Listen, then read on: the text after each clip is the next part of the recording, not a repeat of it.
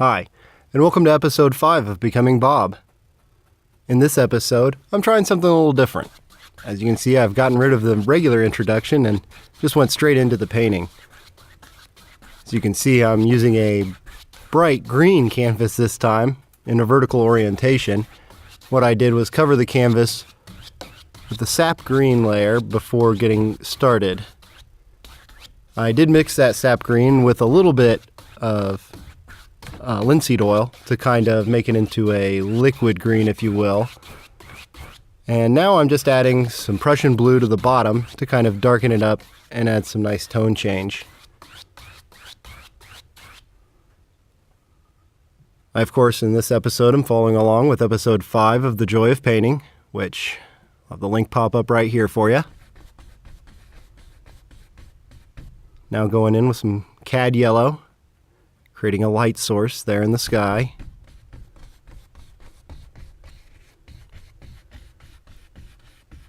I was really glad that I did use a little bit of linseed oil mixed in with that green for the background, because it really did help get these other colors to blend in a lot nicer. Now, I may have used a little bit too much, and you'll see that later when I start going in with some whites, that it does pick up a lot more of the green than I was expecting. Just switching out for the 2-inch brush there, going in and blending in the light there into the sky, just to create a nice glowing area.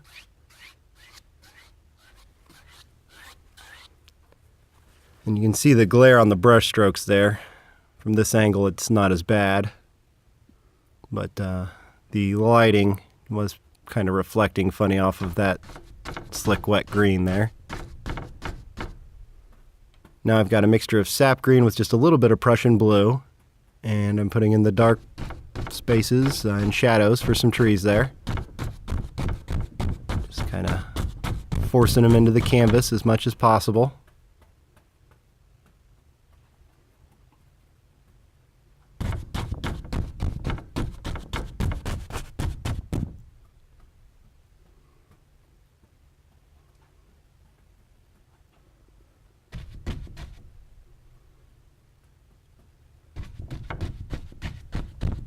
Up a little bit of red there by mistake. But that's okay. We don't really make mistakes. We just have happy accidents.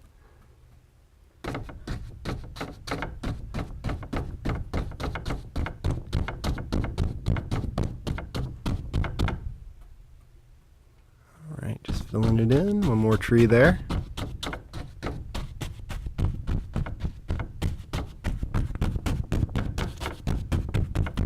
Now this is the second vertical canvas I've painted on in my series here. The previous one was in episode 4, which, if you haven't seen that one, here's the link for it now.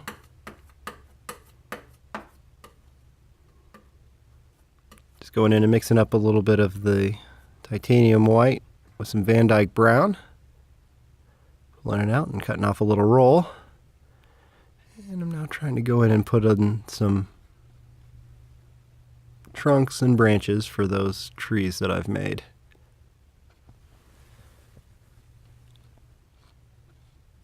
And this is a common technique you see on The Joy of Painting, doing the dark part, then going in and putting in some trunks and branches, and then I'll follow up with some highlights after this.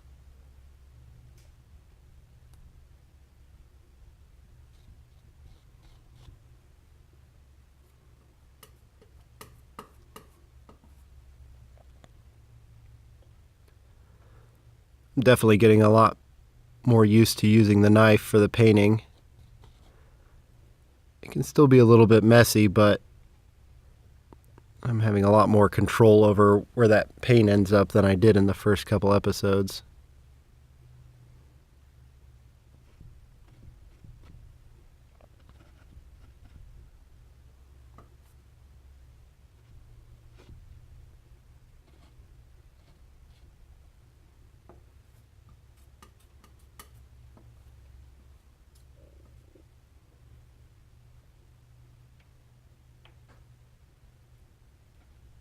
I'm going in with some straight white, just to try and add some highlights And just a little bit more of the barky kind of texture too. See, I'm trying to do them on the sides of the trees that are facing the light source there.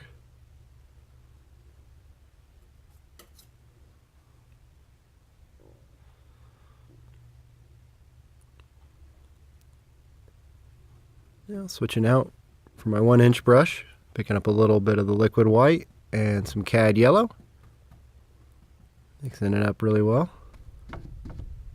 And now for those highlights.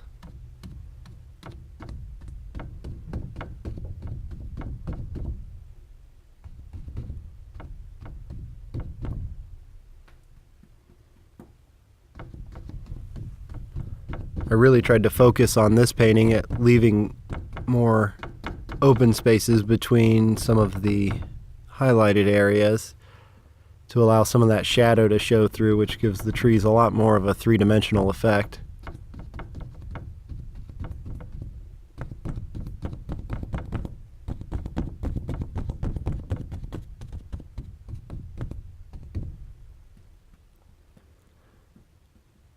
For this episode, I also tried a new microphone location.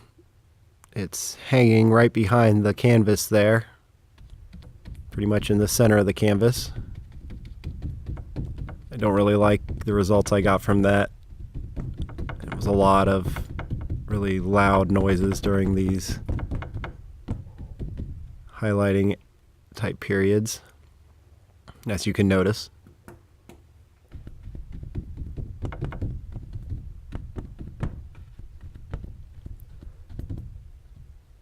One thing that I really find inspirational, though, about watching The Joy of Painting is that in the first series, it was very much an amateur production. You do get a lot of sound off of the easel when Bob's working. You get a lot of reflection off of his knife, which is something that I took care of using one of his tricks from later series. Yeah, you can kind of see there how I've got more of the darker areas showing through, and I really felt like it did help make those trees seem a little bit more three-dimensional. Although I felt like my trees did end up looking a little bit stockier than I would have liked.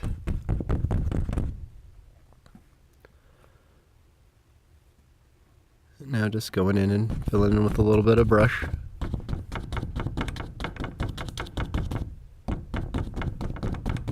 Trying to create individual shrubs instead of just a mass of yellow.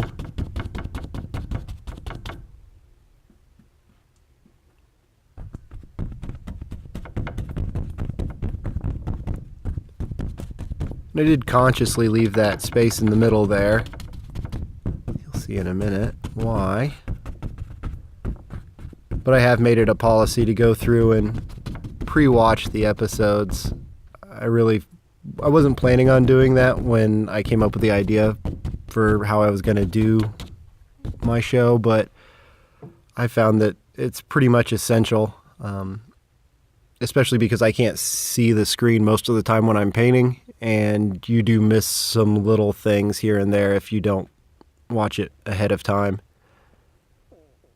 But leaving the gap in there is just one of the things that helped. Now going in with my fan brush and making a little waterfall. And some splashes.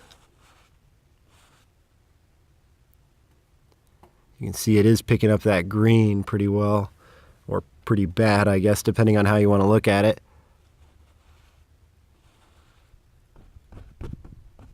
One trick Bob does, and he mentions it in some episodes, is going through after applying the liquid coat to the canvas and taking a paper towel and just kind of dabbing it off so that you have just the smallest amount of the liquid remaining on the canvas before you start painting. But ultimately it's okay. A stream running through a nice green forest like this would definitely pick up some of those colors, especially if the sky happened to be as green as it is in my painting.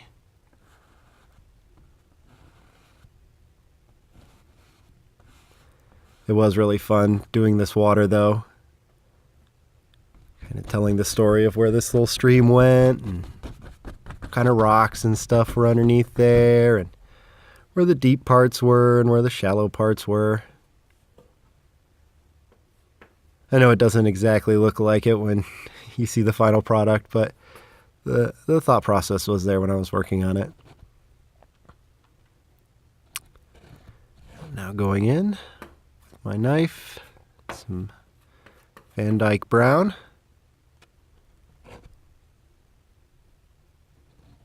And trying to lay in a few stones. Some nice big rocks sticking up out of the undergrowth there, and kind of providing some guidance for where the stream should go. I kind of wish I had made that rock, the top rock there, a little bit larger. After finishing the painting, it kind of looked like the water's kind of jumping over the top of it instead of flowing next to it. Got a mix of some Prussian blue and white there, just adding some highlights. And now back in with the fan brush, a little bit more liquid white mixed with that titanium white to really help it flow. And another little waterfall in there.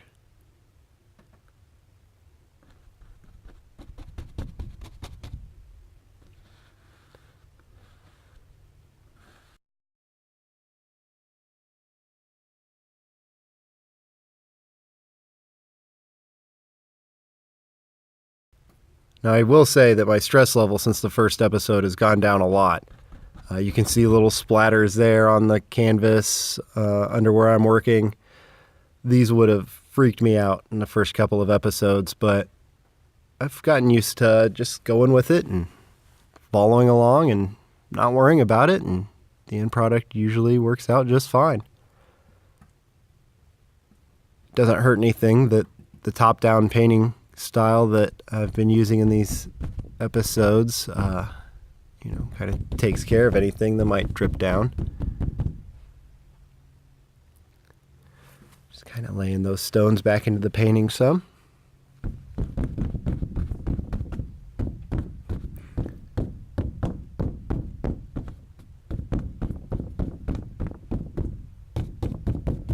See, kind of drug a little bit there. Kind of smeared some of that, and that doesn't look so great. Trying to mix a little bit more yellow in there because, like I said, I was picking up green and taking it back to my palette with every single time I went to reload one of my brushes, and if everything ended up being green tinted, this would be a little bit monotonous of a painting.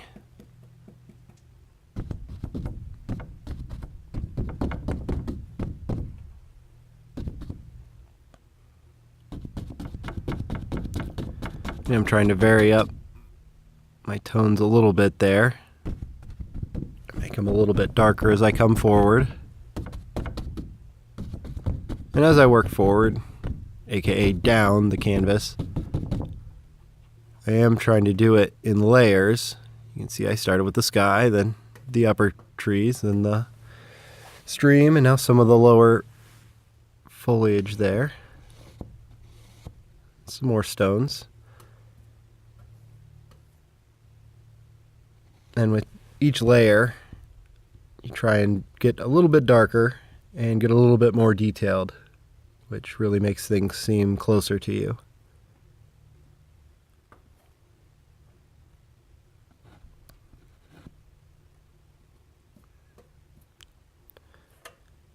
And what's fun about these stones is essentially they're just mini mountains. So, I'm putting that stone there in the middle of the stream, but really, I'm using the same techniques that I would use to paint a mountain.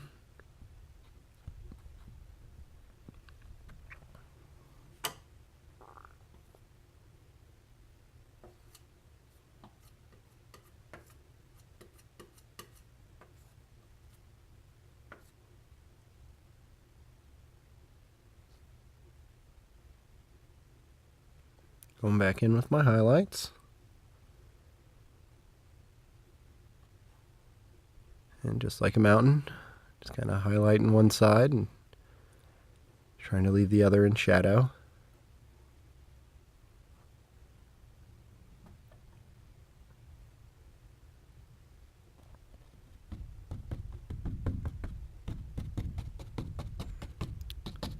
And now kind of laying those stones back in by splashing some water up on them. And having some water flowing over them and between them.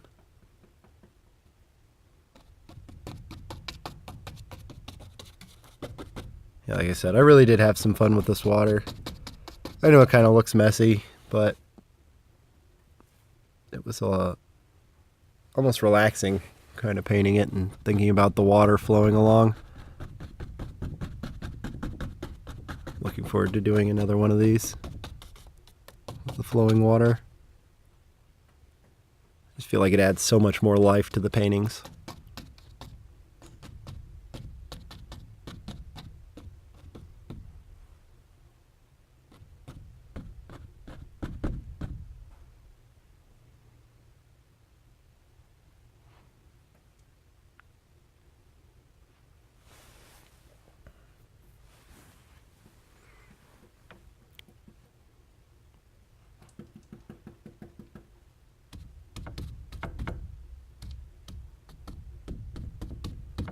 And yeah, this painting was a lot of back and forth, water, stones, underbrush, water, stones, underbrush.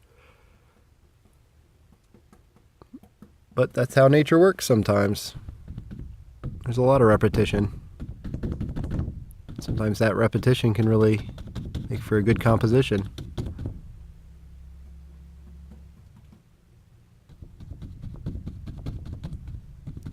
In my case, I'll leave the judgment up to you as whether or not the composition's any good, but I'm just getting started.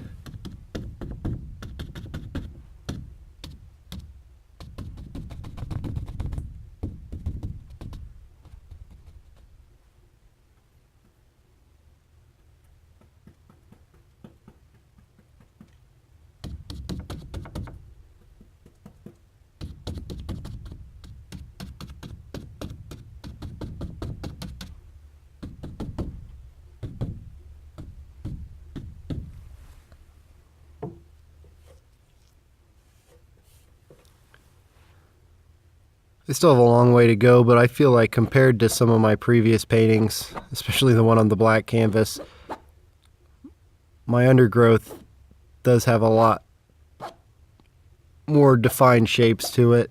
It does look more like underbrush instead of just a big green mess. I mean, kind of. It's definitely still a little messy, though. And just going through and scratching in some sticks and twigs and little dewars here and there. Add a little bit more depth to it.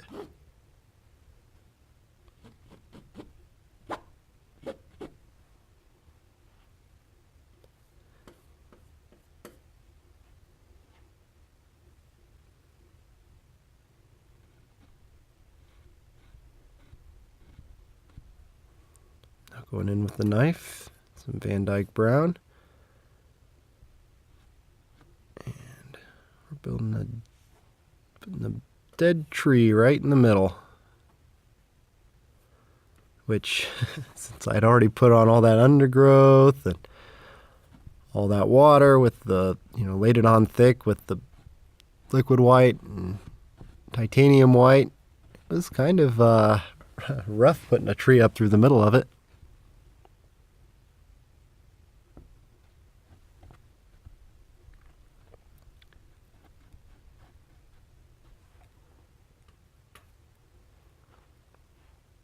Now this angle here is a new camera. I picked up a fairly cheap used camcorder that said it was high def, and I think it worked out pretty well. It might need a little bit of tweaking, a little bit more dialing in to work, but it was definitely a lot easier to work with than working with a camera than working with a phone camera. And one of the features is you can turn off the autofocus, and that was a real big bonus to having the camcorder. You can see from this angle, which was my phone still, that it often focuses depending on how I'm moving and not keeping its focus on the painting like I need it to.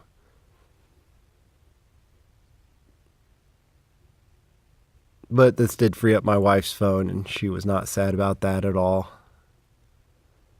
Because although I'm only painting for about a half an hour here, each episode takes usually a couple hours to tape. There's a lot of setup involved. You have to make sure everything's ready to go because it is a one-take kind of a thing. And when you forget things, like to get out the liquid white like I did in the first couple episodes, that's it. You missed it. You just have to go and try and make the best of it.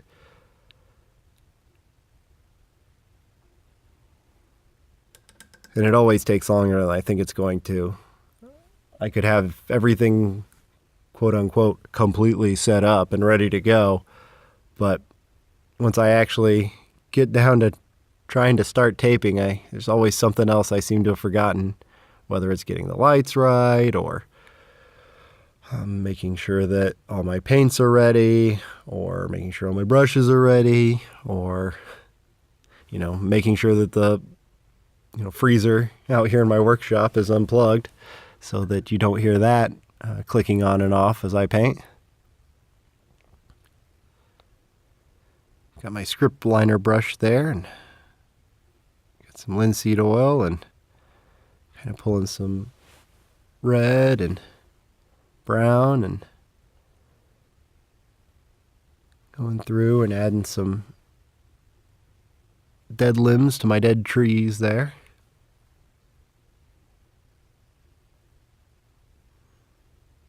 And having these two dead trees up in the front like this really kind of set where that foreground is by putting something that draws your eye to it, and it pushes a lot of that other stuff then into the back. And I felt like it really did add a lot of depth to the painting just by having something in the foreground like that.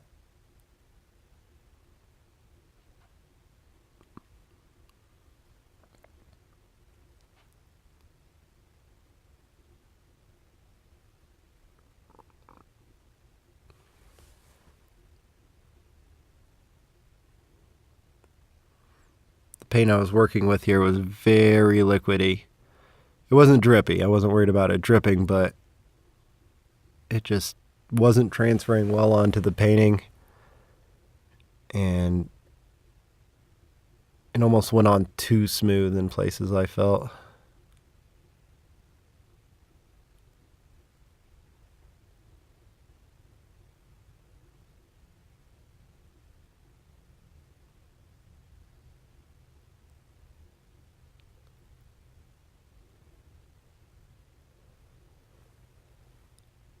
And I was pretty nervous going into it.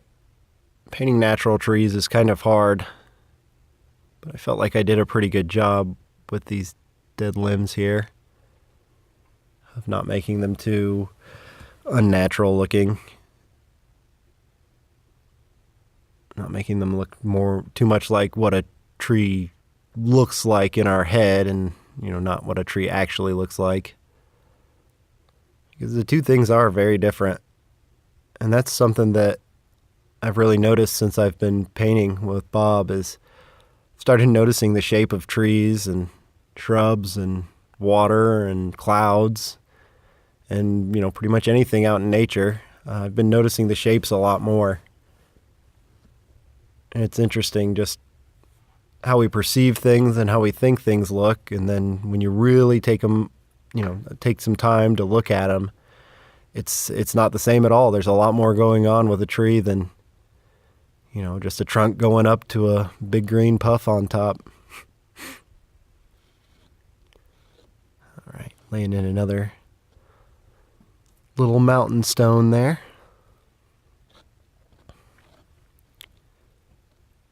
I recently took a trip with my wife to celebrate our 10-year anniversary.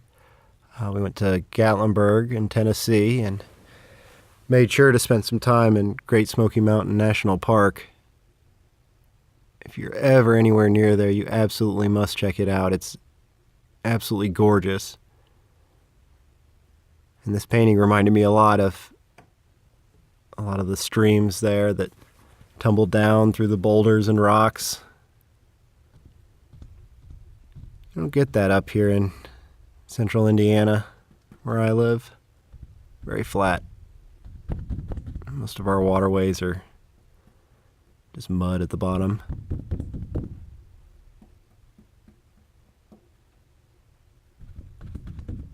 It's great to see water that's a lot more dynamic, a lot more exciting.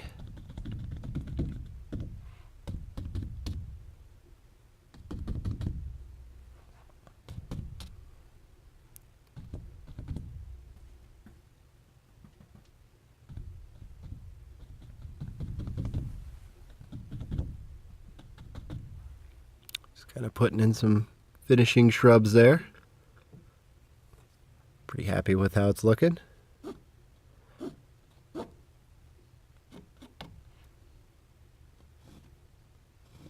Cutting in some more sticks and stems and twigs.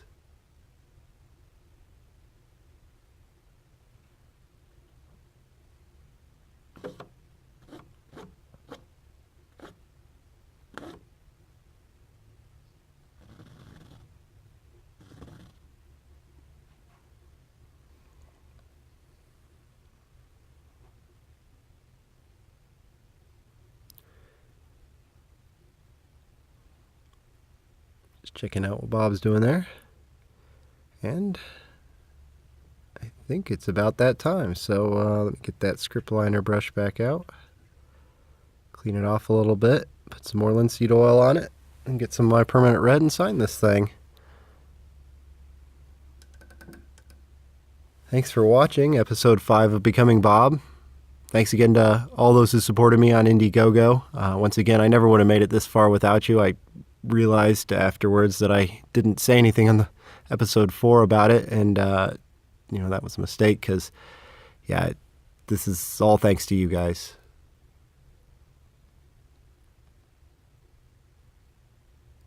And as usual, if you like what I'm doing here, like the video, subscribe to the channel, check out the other videos, and let me know what you think. Leave some comments.